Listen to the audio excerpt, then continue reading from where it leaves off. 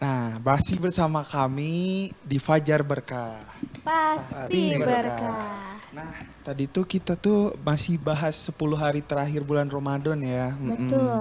Nah, bagaimana sih Pak meningkatkan kualitas sholat nih Pak di 10 hari terakhir Iya, Ramadan nih betul. Pak? Apalagi bulan Ramadan tuh Iya. 30 hari ya. Iya, betul Pasti ada banget. yang naik turun nih kalau ibadah. Dan di 10 hari terakhir nih amalan lagi Iya, banyak-banyaknya gitu keberkahannya. Gimana Betul, agar betul. kita tuh berkualitas gitu ya, tetap berkualitas Ya, ibadah. Ya, betul banget begini. sih Pak. Dalam beribadah itu semua kan perlu latihan ya. Ketika kita masuk bulan Ramadan, mulai hari pertama, biasanya orang-orang itu sudah mempersiapkan diri. Kayak misalkan kita sekarang di bulan Sa'ban ya.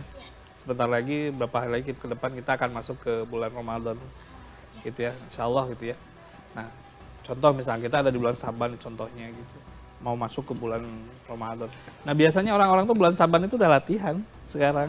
Latihan seperti apa? Latihan apa tuh Pak? Salah satu Seperti yang apa? paling gampang itu mereka puasa sunnah. Oh, puasa. kayak Senin Kamis ya Pak ya. Senin Kamis mungkin cuma 2 hari ya, Oke. tapi Saban dia coba puasa hampir seperti Ramadan tuh. Iya, Oh, seminggu betul. gitu Seminggu ya, Pak ya? Ada puasa sahur Sya'ban ya? gitu. Ya biar ya bukan itu sunnah ya. Oh, sunnah. Kita sebut, tapi memang kata Rasulullah perbanyaklah saum di bulan Saban gitu. Oke. Nah, itu sebagai latihan kita gitu. Jadi ketika nanti masuk satu Ramadan insya Allah gitu ya. Kita sudah terbiasa tuh Oke. dengan amalan yang wah udah kayak kalau misalkan kita berolahraga tuh stressing dulu ya. Iya. Wah, udah Pemanasan punya gitu lah ya, Pak ya. pemanasan. Saban ini adalah kita mencoba amalan apa nih yang mau kita persiapkan di bulan Ramadan tuh Oke. gitu. Udah ada kayak Bulan udah Saban ada itu ya. planning-planningnya. Betul. betul. Tapi terkait dengan puasa Sya'ban dan puasa di bulan Ramadan sendiri, itu pahalanya lebih besar di bulan Ramadan pastinya atau bagaimana? Ya, dalam posisi pahala tetap bahwa saum Ramadan itu adalah tingkatannya lebih tinggi dari semua saum ya. Oh, lebih tinggi. Sebutnya aja kan di situ apa sih? Dalam Al-Quran ya, bahwa bulan Ramadan itu sahur Ramadan, di mana bulan Ramadan itu turunnya Al-Quran kan. Maka kalau kita puasa di bulan Ramadan itu luar biasa. Oke, karena bulannya istimewa sekali ya di Iya, bulan sudah Ramadan. istimewa, kemudian itu perintah Allah langsung, dan kita tidak boleh meninggalkan kecuali rukhsah. Ada apa rukhsah itu ada keringanan atau misalkan ada uzur ya. Uzur itu misalnya kita ada sakit atau apa gitu ya. Itu yang diinikan di bulan Ramadan. Oke, tapi katanya nih Pak Ustadz, di bulan Ramadan itu kalau kita baca Al-Quran, apalagi di 10 hari terakhir, nilai pahala yang kita dapat tuh lebih besar, itu betul nggak Pak Ustadz? Nah gini, semua amalan soleh di bulan Ramadan itu dilipatkan. Dilipat gandakan? Betul. Oke, Bukan hanya Masya baca Allah. Quran ya. Tapi semua perbuatan Iya. kebaikan Sampai kita ya? tidur siang pun dapat pahala. Masya Allah. Kayaknya aku Gitu. bakal beribadahnya di tidur siang nih. Iya, berarti kita kan pengen ibadah gede, udah tidur aja gitu. Makanya itu yang sering salah tafsir. Nah, gimana tuh Gimana Pak tuh, Ustadz? Pak? Jadi ketika bulan Ramadan jangan tidur terus dong. Oh jangan Oh, iya, tidur betul. terus Aduh. Vicky katanya. Siang tidur, Gila, tidur. Pak. Dikira ibadah karena Iya, jadi tidur betul. seharian gitu ya. Kan suka ada yang bilang kan Iya. Pak kayak, yaudah nggak apa-apa kan tidur juga ibadah. Gitu. Betul. Bulan Ramadan betul, tidur saja memperoleh ibadah. Ya. Cuma masa kita tidur dari jam 7 pagi sampai jam 5 sore? Sampai buka gitu Pak ya. Kita kan punya aktivitas bekerja sendiri. Iya. Bekerja kita pun dinilainya lebih. Oh, Bayangkan ibadah juga kita ya. bekerja misalkan atau kita misalkan seperti saya gitu ya. Mengajar atau misalkan kita pergi dari rumah jalan kaki atau bagaimana kehausan itu ibadahnya luar biasa. Oh, Masya Allah, Masya Allah. Jadi semua yang kita kerjakan itu yang penting tidak bermaksiat itu mendapatkan nilai yang luar biasa di Ramadan itu. Oke, betul. Jadi semua tuh betul-betul kalau dalam istilah itu tuh checkpoint. Oh, checkpoint tuh. Kita membanyak-banyakin pahala itu. Karena berkali-kali. Berbondong-bondong ya Iya, pasti berlipat-lipat semua itu. orang-orang.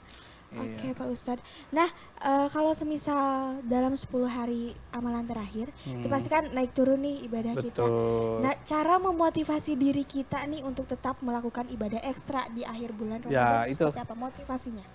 Biasakan diri ketika kita satu ya, pertama dari segi makanan kita dulu. Segi makan. Makanan kita jangan terlalu memicu tubuh untuk kenyang gitu ya. Oke. Itu kalau bisa dijaga di sana. Kemudian yang kedua itu biasakan kita tuh tetap latihan tarawih berjamaah gitu Tarawih. supaya fisik jadi bagus juga. Oke.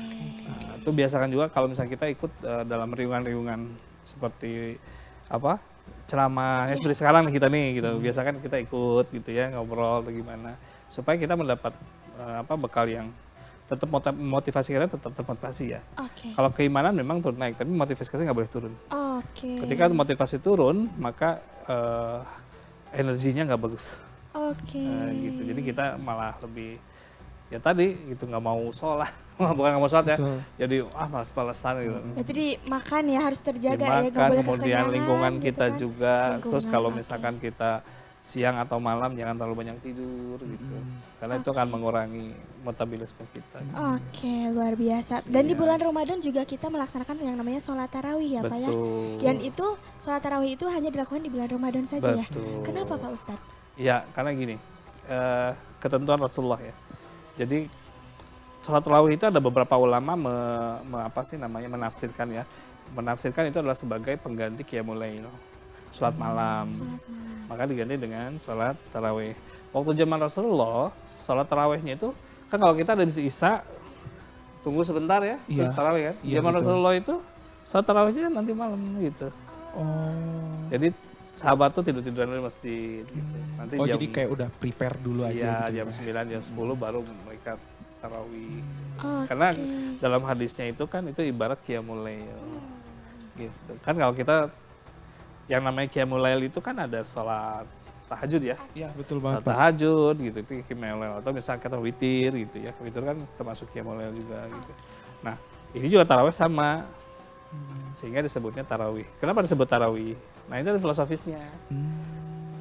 Tarawih itu secara bahasa ya. Iya Pak. Jadi sholat sambil bergembira gitu. Sambil bersenang-senang. Arti senang-senang itu tidak seperti sholat biasa ya. Sholat biasa kan kita maghrib ada batas waktunya kan. Nah kalau tarawih misalkan saya habis isya, sholat dulu 4 rakaat, tidur dulu boleh. Nanti sambung lagi malam 4 rakaat gitu. Maksudnya bersenang-senang itu kita diberikan waktu oleh Allah itu sepanjang malam itu sok gitu. Kamu mau sholat, mau tausiah dulu, mau ngobrol dulu gitu. Nanti sambung lagi sholat tuh. Nah, itu disebut sholat sambil bermain bersenang-senang. Bukan berarti sholat sambil bercanda ya. Sholat sih biasa saja, cuma masa pengerjaannya itu kita bisa santai, bisa tidur-tiduran dulu gitu. Tapi pahalanya berlipat-lipat ya Pak ya. Iya, nah Oke. itu. Nah Pak yang kita bisa pelajarin dari kehidupan Rasulullah SAW dalam 10 hari terakhir itu seperti apa sih Pak? Ya, Rasulullah itu orang yang konsisten. Setiap 10 terakhir yang dia kerjakan pertama tadi yang saya katakan itu adalah mengencangkan ikat pinggang. Artinya itu, mohon maaf kalau di dalam suami istri gitu, itu bagaimana caranya tidak menyentuh istri kita selama 10 hari. Oh. Saking pentingnya 10 malam terakhir itu. Maka simbolnya itulah mengencangkan ikat pinggang. Artinya tidak membuka aurat apa, tidak ketemu istri selama 10 hari. Kenapa tidak bertemu dengan istri? Iya Pak. Nah, karena pentingnya di sana ya, kalau pentingnya ibadah itu, kan kita malam-malam terus nih. Ya. Nah, karena pentingnya ibadah, ya Rasulullah menyimpulkan kepada diri sendirinya, ya dia tidak menggauli istrinya. Gitu. Padahal udah sah ya. Udah secara- sah, tapi Rasulullah menyimpulkan bahwa karena ini sangat penting banget, dia ada di masjid kan, ya 10 hari, Rasul itu selama 10 hari itu tidak pulang ke rumah. Di masjid. Diam di masjid berarti ya Pak ya? Makanya dia tidak menyentuh istrinya. Simbolnya itu dengan mengencangkan. Masya Ya, Allah. tapi di masjidnya itu ya kalau makanan pasti diantar ya sama itu ya, sama istrinya diantar. Cuma selama 10 hari ini Rasulullah menghindari hal demikian. Saking pentingnya tuh gitu. Masya Masya Allah ya Allah berarti banget berdiam ya. diri di masjid gitu ya. Ya. Dan Tapi hati-hati ya. ya, apa Kalau nih, dalam Pak? 10 hari itu yang suami istri melakukan hubungan yang boleh-boleh saja, tidak masalah. tetap boleh saja. Oh tetap Cuma boleh saja ya Pak ya? Rasulullah aja. pada saat itu melakukannya dengan Iya. berdiam diri di masjid gitu ya selama 10 hari. Berarti emang nggak diwajibin banget, tapi ya kalau misalnya emang bisa ya nggak apa-apa gitu. Ya, Pak. betul. Oh. Gitu. Ya, Boleh aja berarti ya. boleh. Oke. Tidak masalah. Ya. Betul banget. Ya makanya tadi saya kayak langsung kayak wah gitu. Berdiam diri di masjid Berdiam 10 di hari masjid. gitu kan. Makanya kita kan perlu latihan. Iya latihan dari Iya. bulan Syaban ini ya. Betul. Betul. Nih Yes. Pak, ada lagi. Nih, mengapa sih dalam 10 hari ini kayak kita tuh dilihat ya Pak, kayak misalnya pas 10 hari terakhir di dekat rumah saya tuh selalu kayak ada yang membuka bersedekah tuh Pak. Oh, Heeh. iya, Nah, betul. kenapa sih bersedekah menjadi lebih dianjurkan di akhir bulan Ramadan gitu. Ya, Padahal kan gini. kita bisa setiap hari gitu. Betul. Gini, Hmm. di bulan 10 malam terakhir itu orang banyak di masjid kan. Oh iya betul. Yang Nah, 10 malam terakhir itu, pada 10 malam terakhir itu karena orang yang berlomba-lomba mendapatkan ini, dia bersedekahnya pada 10 malam terakhir itu. Karena ketika malam, secara logika ya, kadang-kadang kan para iktikaf ya, Iya. pada orang yang melakukan iktikaf itu, dia kan butuh makanan, makan apa. Nah itu para tetangga rumah atau sekitar masjid itu biasanya nyumbang makanan. Selain memang 10 malam terakhir itu pahalanya luar biasa, ya makanya memberikan makanan supaya nanti yang iktikaf itu nggak perlu cari makanan keluar, gitu. Disediakan sama para jemaah. Itu memang Masya Allah, itu sejak dulu udah begitu. Zaman Rasul aja sama di kita juga sebenarnya di orang Jawa Barat atau di mana itu udah terbiasa sebenarnya. 10 malam terakhir pasti masjid makanan penuh. kayak 10 hari terakhir makanan penuh banget nih Pak gitu ya. Nah, iya, jadi masyarakat tuh pada ngasih. Karena apa? Keutamaan bersedekahnya itu ketika berlipat-lipat. Masya Allah banget. Masya Allah. Ya, alhamdulillah. Masya Allah pemirsa, pembahasan kali ini masih seru dan setelah pesan-pesan berikut ini kita akan kembali. Nah buat Betul pemirsa banget. juga yang mau bertanya terkait dengan 10 amalan terakhir di bulan Ramadan ke Pak Ustadz Agus, boleh langsung kontak di bawah ini di 081394477912. Jangan kemana-mana, tetap di Fajar Berkah, pasti berkah.